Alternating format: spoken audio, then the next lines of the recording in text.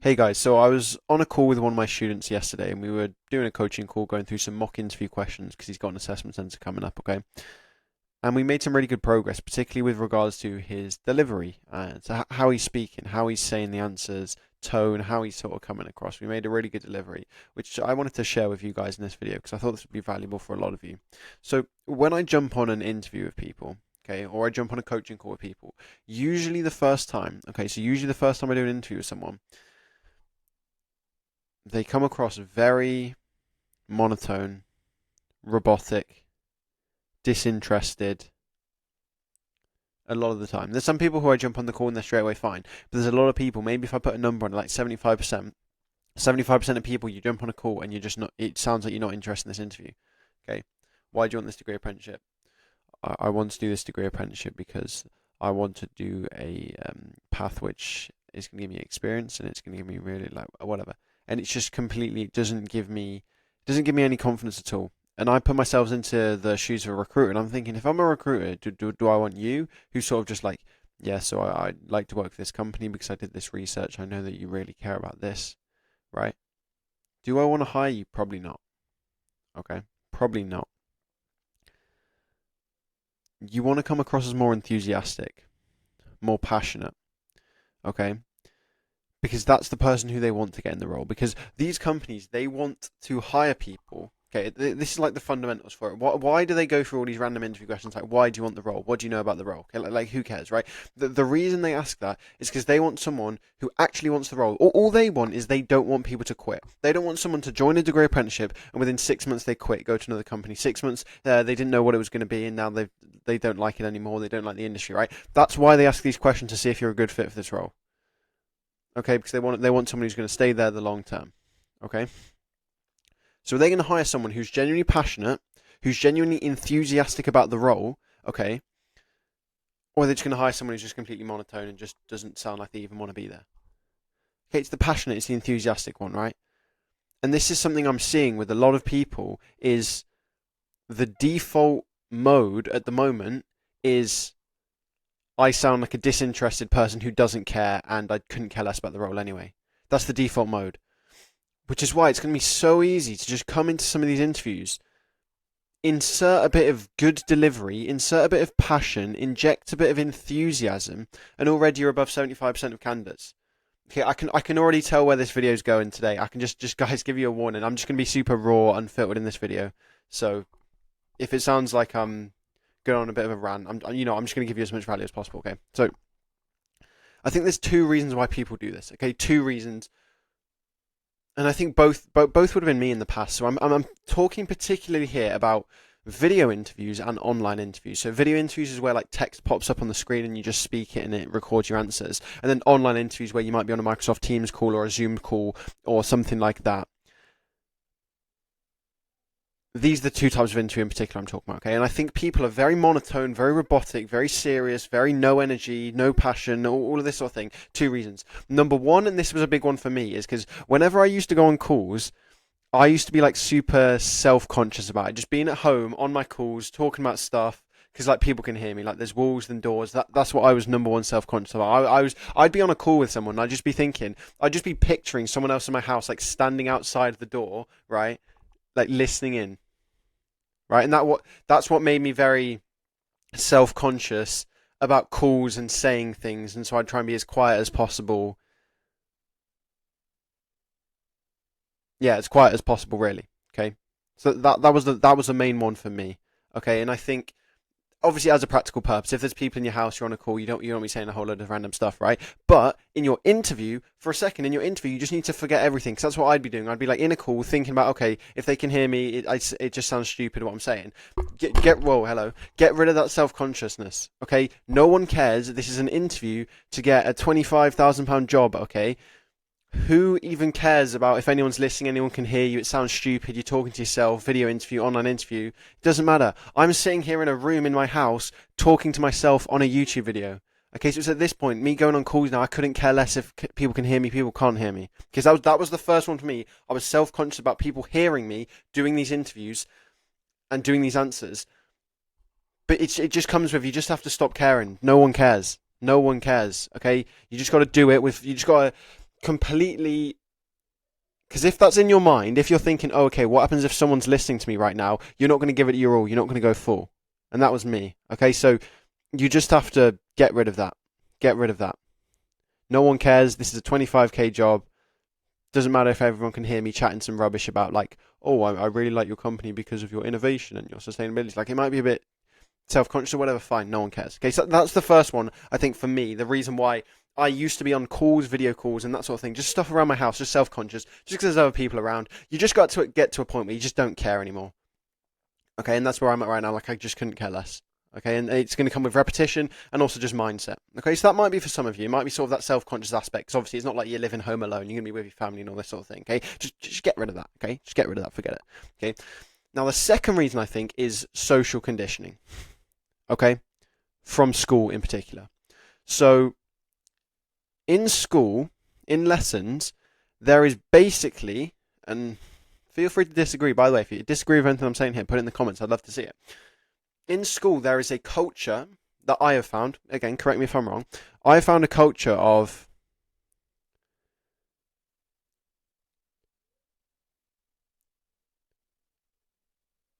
it's not cool to try hard, it's cool to not try hard. Now, I haven't articulated that very well. Okay, so if you're the person who's trying hard in lessons, answering questions, doing homework, doing well and all this sort of things, you're the nerd, okay? You're categorized by the social hierarchy as a nerd, okay? Then you have the people who are classed as like the cool people who mess around in lessons, they don't do very well, they're late on their homework, they don't care. That's like what is considered the cool thing. Okay, so what I think a lot of people have, and this was definitely something for me as well, is we've been conditioned by school to, if you are genuinely interested and passionate about something, you're a nerd. Okay, so say you go into like a geography lesson or a history lesson and you're genuinely interested about the topic, okay, then you would get categorized by the social hierarchy as a nerd, as a bit of a weirdo, like, why you try hard, why are you caring so much? Which is why for a lot of people who are genuinely interested about stuff, you sort of have to suppress that part of your personality, which is genuinely interested in a topic, in order to fit in. Okay, so in order to fit in with this social hierarchy where everyone wants to be cool and all this sort of stuff, you have to suppress your genuine interest in a topic, okay? And if you end up doing this over multiple years, that's going to manifest itself within your personality. So let's say you've been at school and for the past 3 years, like you've tried to fit in with the class, you want to be down with the cool kids or something. So like even though you really like, you genuinely do like history lessons, you just never show any about it. You never show any passion. You don't speak up with this sort of thing. Then that's going to manifest itself in your interviews. And what that means is when you get to this interview, you have this social conditioning inside of you. You're not going to act passionate. Because as I said, the social hierarchy at a school is, if you are passionate about something, you're a nerd. If you care about doing well, you're a nerd. If you care about success, you're a nerd, essentially. So that means you're going to walk into this interview, or you're going to come onto this call where you're doing an online interview, and you've still got those parts of your personality, like basically effectively like trauma from your past, essentially, holding you back, meaning you're not going to go full, you're not going to give it your full passion and energy. And I think those are the two reasons why, in particular, I'm seeing a lot of people who jump on an online interview and there's no passion there. There's no passion. Or there's no energy. Or there's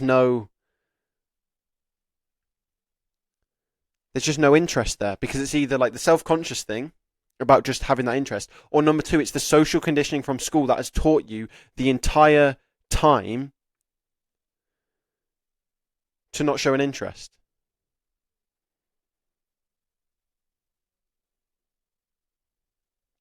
It's like this is a completely random example, but it's like the dating scene right now, okay, is care about the person as little as you can, and that's how you make it work.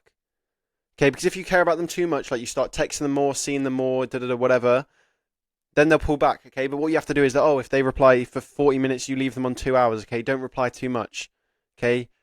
Act like you don't like them and they'll like you more. All that sort of rubbish, right? It's the exact same thing with this, right? It's like we've now been conditioned to, okay, don't act like you're actually motivated. Don't act like you're actually interested, because otherwise you don't fit within the social hierarchy. Okay, so those are the two things. And I think if those are affecting you, like, do like a self-diagnosis right now. Do a self-diagnosis. To be honest, be honest with yourself. Are one of these things affecting how much energy and passion I bring to an interview? Okay, there could be more, because this is something I've thought about over the past 24 hours. Is like, these are the two main reasons I can think of why so many people just lack energy and lack motivation and lack passion in these interview settings. So that's the first thing. Just diagnose that you have the problem. Maybe it's one of those two reasons. Maybe it's another reason. Again, feel free to put that in the comments. But first of all, diagnose that, okay? Then, what you need to do is please just forget that, because that's a whole load of rubbish. Okay? That's a whole load of rubbish. Whether it's the self-conscious thing, whether it's the social conditioning thing, that's a whole load of rubbish. You now in your interview, just don't do that. What you now need to focus on is just getting rid of the social conditioning and giving a good delivery. Okay? And how do you do this? Because when I was on the call with the student the other day, he was trying to like make his voice more high pitched or something. So he was trying to make his tone sound better. That's not the way to do it. Okay, if you want to sound genuinely interested, okay, this is like the key for you. This is what I think for a lot of people is going to make a massive difference to your interviews. Okay, obviously learn your answers better. Okay, obviously look at the camera more. Obviously get better at speaking. But this is like an easy tactic. You can literally just switch one thing, just switch one dial, and you've instantly gone above 75% of people. Okay, it's not tone. It's not even pacing, it's energy. And there's a fundamental thing that you need to understand about communication that's going to be useful for this energy. Okay, so YouTubers, where they start their videos, they're like, hey guys, what's up? Back, all that like stupid stuff, right? That's what YouTubers do, okay? Imagine I was meeting you in person, okay? So it's like, I don't know, I was going to come meet you, right? We're going to, what do people do? Go to the gym, right? Go to the gym, okay? So I'm walking in the gym, and then I see you, and then I go with that, hey guys, how are you? Like, if you go with that crazy energy, you'd be reeling. I would, if someone comes up to me and they do that, hey guy, like, do you know what I mean? I would just be withdrawn. I'd be like, what's going on here? That's the weirdest thing I've ever seen in my life, okay? Because it's so much energy. Now, it doesn't seem that weird when people actually do it in a YouTube video. Like when people start a YouTube video and they do that whole hey guys thing, it doesn't seem that weird. Now, why is that? It's because there's levels of communication. Okay? There's real life, okay? There's video calls, and then there's like YouTube videos. And it's essentially like it's a sort of continuum. Or a spectrum, you could call it. Okay? Because if you're actually talking to someone in person, right? You're just going to be here. Yes, I'm doing good, thank you. What about you? Yeah, not too bad. Yeah, I'm going to cinema a bit later. Yeah. Yeah, no, exactly. That's what I was thinking. Yeah, no, I saw it and I was like, it's the most mental thing I've ever heard. Yeah. That's the level of energy you have when you're speaking to someone in real life. Okay? Yeah, no, I saw that thing. Yeah, no, it's just stupid, isn't it? Yeah. Yeah. Right, that's the kind of energy you're at. You're nice and down here, okay? And that's a normal energy to have in a conversation. For me anyway, right? I just have that energy, fine, no problem, okay? If I came onto a YouTube video, right, and I started talking like, yeah, so guys, today I'm going to talk about your basic good interview technique I do actually recommend is if you essentially just make sure you're using more energy. It's something that is really useful. Now, in person, that works fine, but this is where the levels of communication come in. As you go into more and more virtual levels of communication, the amount of energy required to display the same passion and the same message, you need to do more energy. Okay?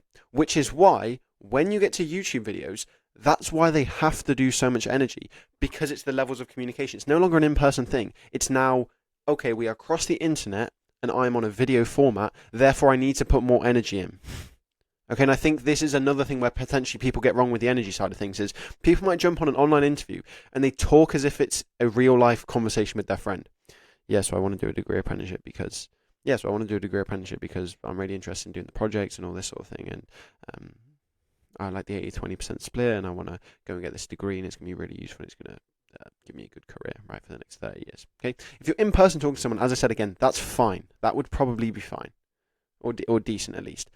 Do that in a video interview or online interview. There's no energy, there's no passion, there's no enthusiasm, there's nothing, okay?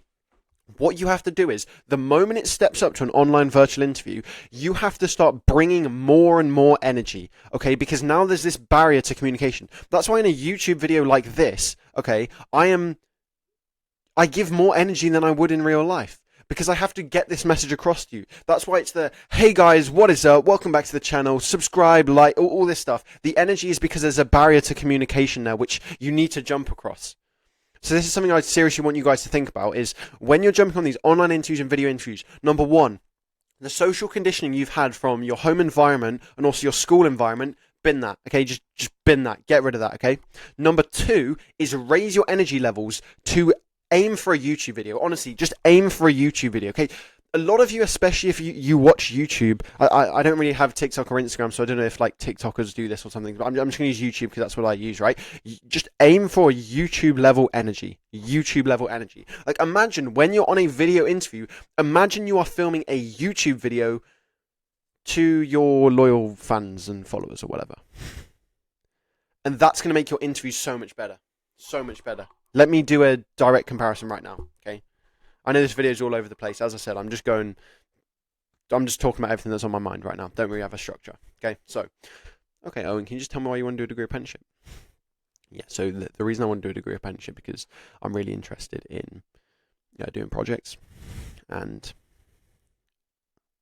working on real life projects. So I know that in a degree apprenticeship, 80% of the time, we're going to be working for the company. I did some research. I know that this includes working on electric vehicles, hydrogen vehicles, and this sort of thing. Those sort of challenges really excite me. And then the other thing is 20% of the time, I know I'm going to be studying for the BSc in automotive engineering with the University of Exeter. Okay, and I know I'll be doing coursework, assignments, exams, and it's good to get this degree side of things. And overall, this will be a valuable experience for my career, right? Obviously, I'm just making stuff up. Like, what I'm saying now in these examples, don't take what I'm saying for the answers because I'm just making all of my SWOT. This is purely like a delivery-based video. How good was that? Okay.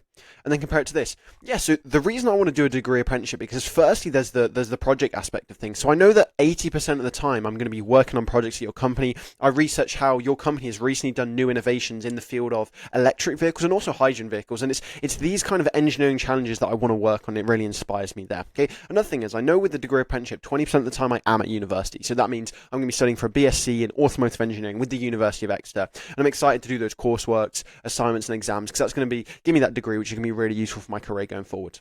Okay, basically said the same thing. Which one sounded better? Okay, no, better question than that actually. Which one would you hire? Which one would you want to employ? Which one would you have more trust, is genuinely interested, and is genuinely going to stick to this degree apprenticeship and stick to your company for the next 4 years, compared to who's the person who you think is going to quit after 1 week? It's the energy one, isn't it? Okay.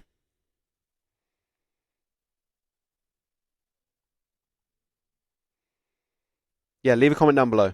Because as I said, this is very literally, I've thought this idea for this video like in the last 24 hours. I haven't really planned a structure, but those are the key points I wanted to highlight. Number 1, the social conditioning. Okay, your home environment, probably being a bit self-conscious of like your family hearing you. That was for me anyway.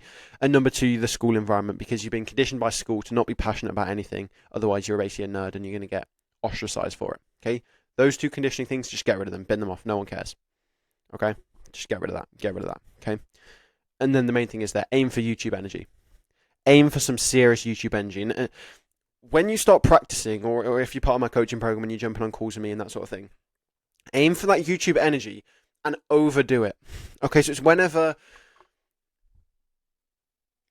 I'm doing swimming training, right, and we're going through technique and we're doing a technique and you have different drills. So you have like drills where you like, how do I explain this? I don't know if this is something people who don't do swimming would know, but like a swimming drill is like, instead of like swimming normally, you're purposely going to do something different. So you might like do some more rotation, or you might do some special thing with your arm just to sort of help you get the technique.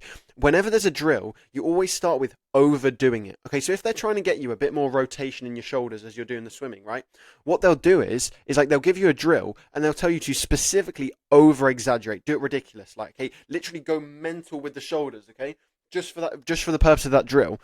Because then what it means is once you get used to that ridiculous amount of rotation, you can then settle back into the normal amount of rotation, and that'll be more than you're doing right now. Okay, let me just summarize that one more time in case it doesn't make sense. Let's say you're swimming along right now and you're not rotating. So you're completely flat, which by the way isn't what you should be. Say you're doing front crawl, you want to be rotating. Okay, so let's say you're flat.